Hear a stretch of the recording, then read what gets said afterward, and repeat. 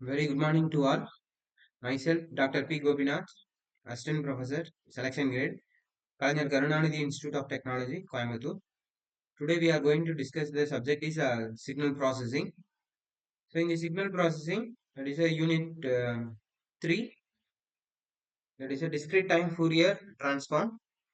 So in this continuous into discrete manner, we have performed two important methods.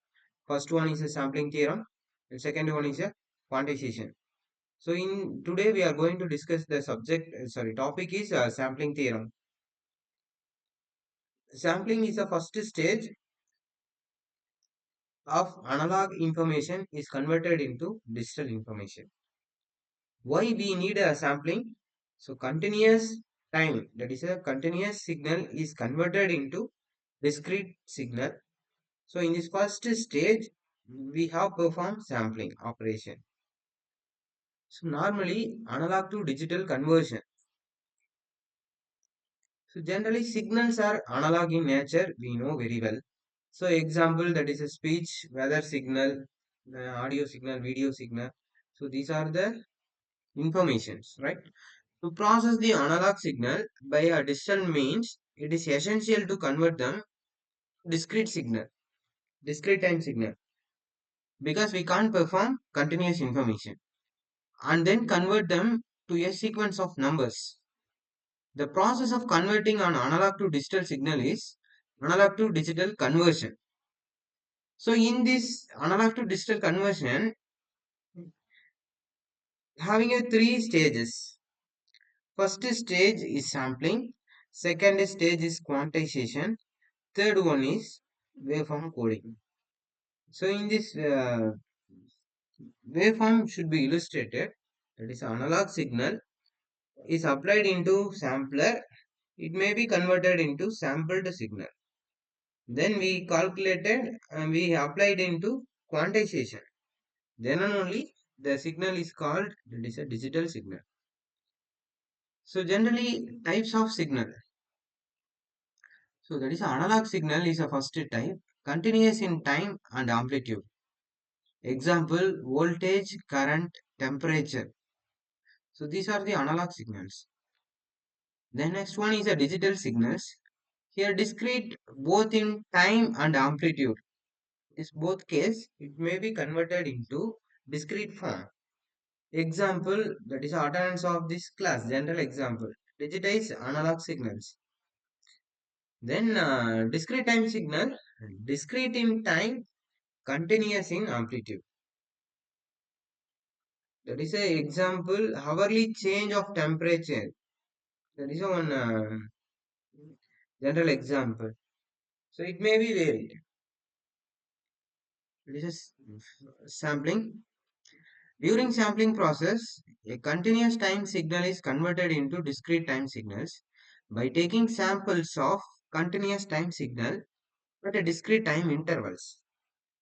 That is x of nts equal to x of t, where t is the sampling interval. That is x of t is the analog input signal. The sampling theorem gives the criteria for minimum number of samples that should be taken. The sampling frequency must be twice of the highest frequency. So Fs equal to 2W. That is a bandwidth value is we represent minus W2 plus W. So Fs value is 2W. So Fs equal to where Fs is sampling frequency, then W is the higher frequency content. Then 2W also known as Nyquist rate.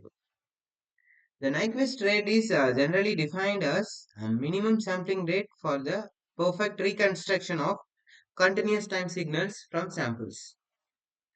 The Nyquist rate, that is equal to 2 into highest frequency component. So that means a 2 into W. So sampling rate must be greater than or equal to Nyquist rate. Next one is a proof of sampling theorem. So in this proof of sampling theorem having a two parts. The first part is representation of x of t in its samples. Then next one is a reconstruction of x of t. Representation of x of t in its samples furtherly classified four stages. That is the first stage is define x del of t. Second step, take Fourier transform of x del of t.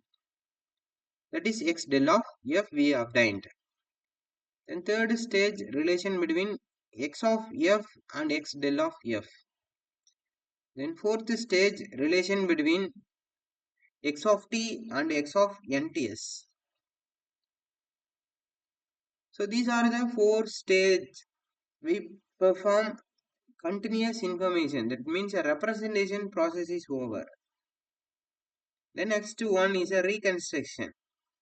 So reconstruction of x of t. First step, take inverse Fourier transform of x del of f.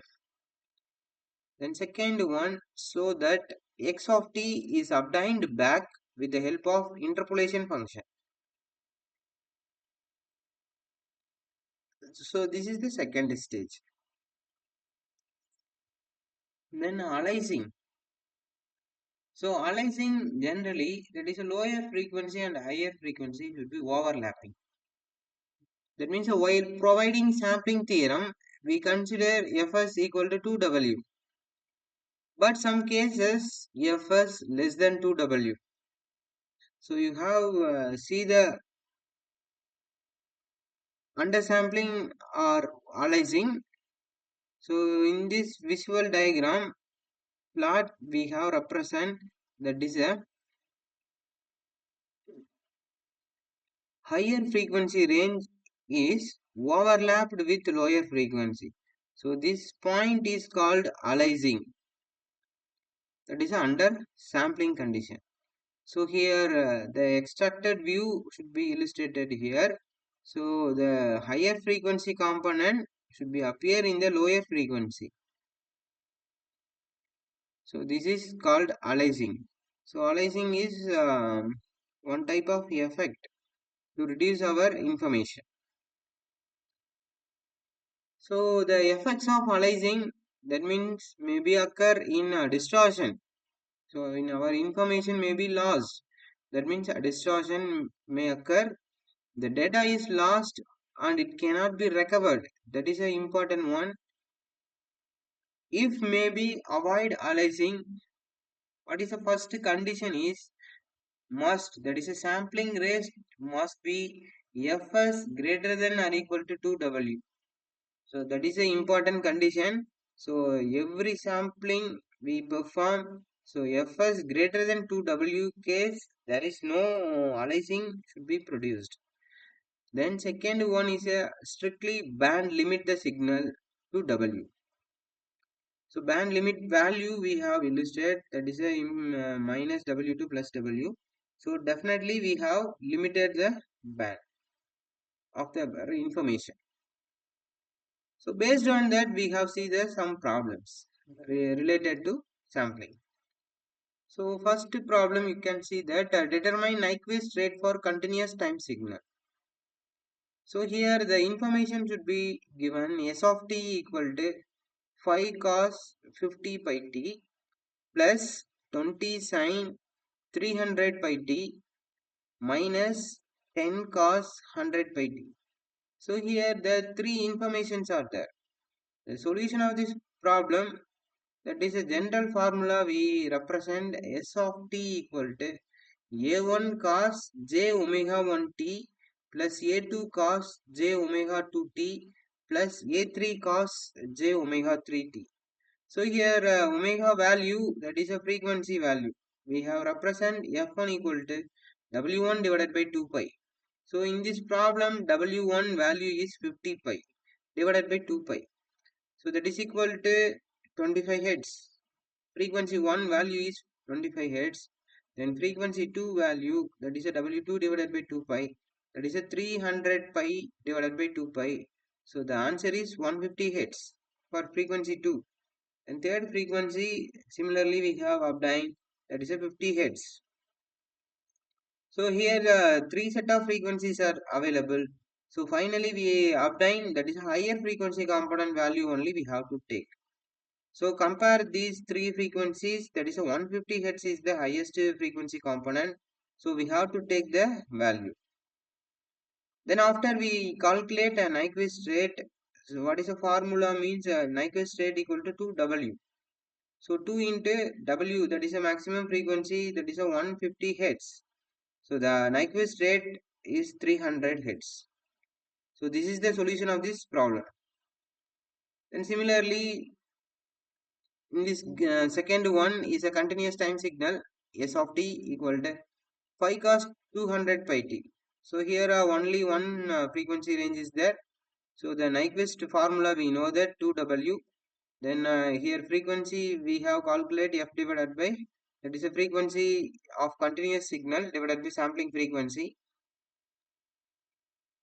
So here the Nyquist rate 2 into 100, that is highest frequency is 200, sorry 100 Hz.